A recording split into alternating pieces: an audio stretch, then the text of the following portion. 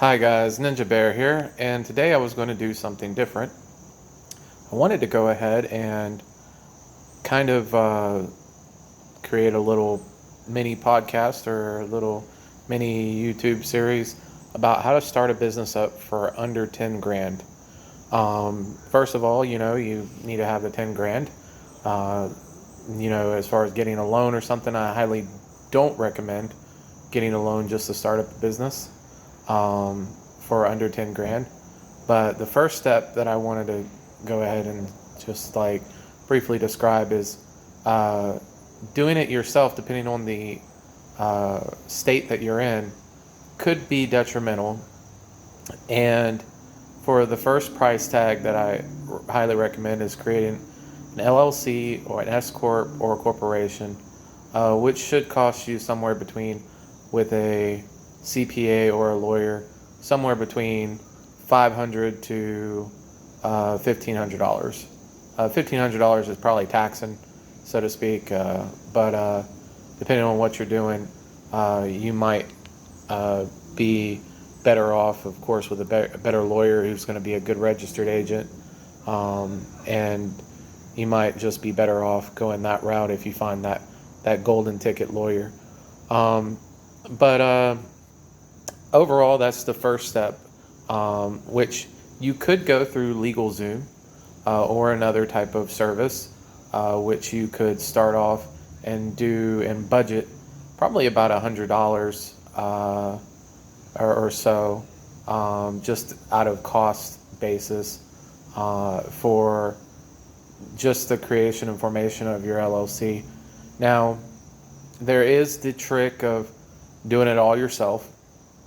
And by doing it all yourself, you're probably going to be saving some money in the long run, of course, too, with that amount of money. But if you want to have it done right, I highly recommend, like I said, going through a CPA or a lawyer.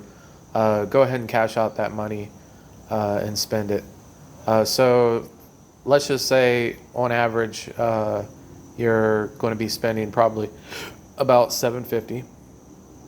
That leaves you with $9,250 left. Now, as far as why you would want to create an LLC or a corporation over just creating a sole proprietorship, well, it really limits your liability. And I don't have an MBA.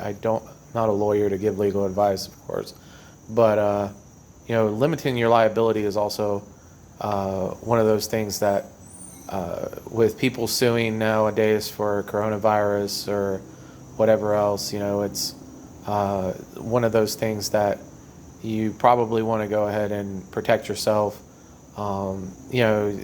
Somebody cuts themselves on your product or whatever defective product that you end up getting, they could hold you.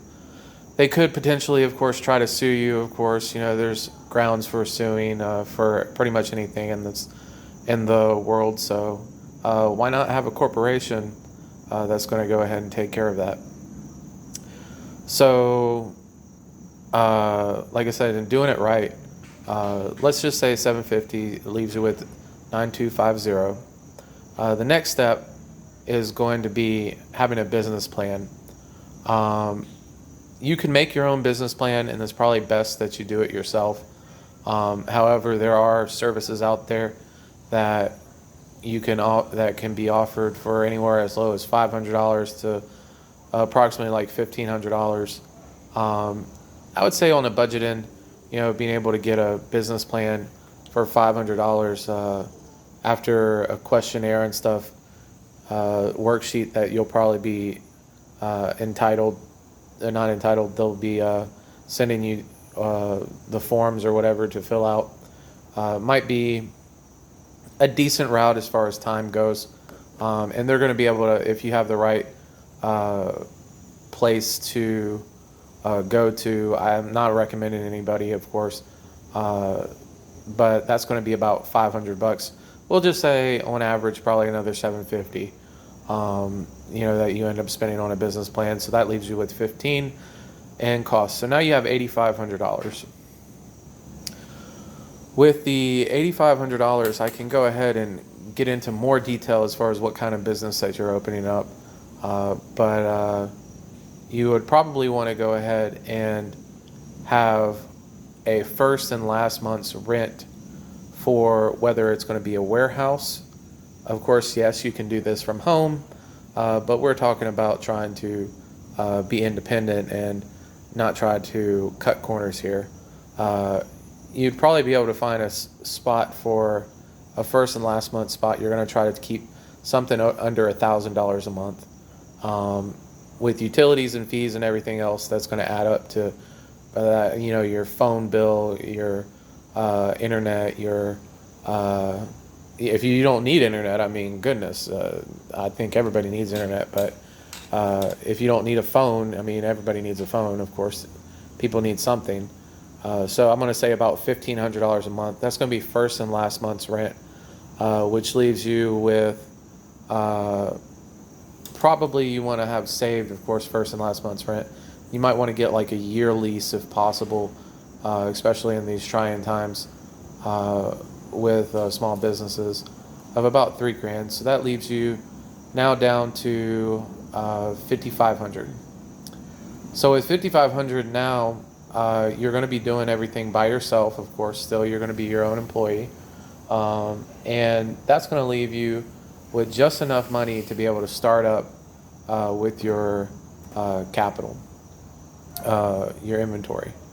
From your inventory, if you have inventory that's already sitting in the basement or sitting in a storage somewhere, that's even perfect. If you're trying to start up some type of thrift shop or whatever, good on you. This is a quick running down dirty, just under $10,000 budget here. But $5,500, you could probably say $500 is going to be miscellaneous, so we'll write that off. And we have we have $5,000. $5,000 for inventory.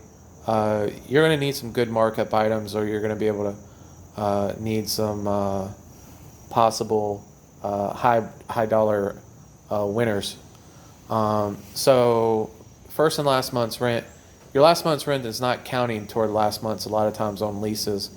So that means that, and sometimes with a lease you might have to have a security deposit, but we're just talking about like what the best way that you could probably do this for under $10,000. So with $5,000, like I was saying, with inventory, you would be able to buy your inventory, and that comes down to a cost basis of where you would need to sell approximately for the month to make for the next month's rent. With the $1,500 that's going to be spent, you're going to have to sell approximately half of that inventory, a little bit less than that. So probably make about $5,000 for the month. If you make $5,000 for the month, then you're going to be profiting about $1,500. Not $1,500, $1,000. You're going to spend about $1,500 for the month for utilities and everything else, which means that you can go ahead and double up. Well, not double up, but basically reinvest that into other inventory for the amount of cash flow that you brought in, and you should be able to turn a profit within the year. So that's really a quick and dirty little under $10,000. I think $1,500 is probably too much. You might want to look at some of the possibilities of a micro storage retail outlets that are charging anywhere from about $400 to like probably $800 a month in rent, and then that's plus utilities and fees and stuff. So there you have it. A business with $10,000 in under 10 minutes for the most part. I have a little bit of time left here, but if you'd like me to break this down even further, please like, subscribe, comment. I could go into other opinions as far as Amazon online drop shipping, other types of businesses such as eBay businesses and stuff like that. So there you have it, ladies and gentlemen. Give me a comment, give me a shout out. Talk to you later.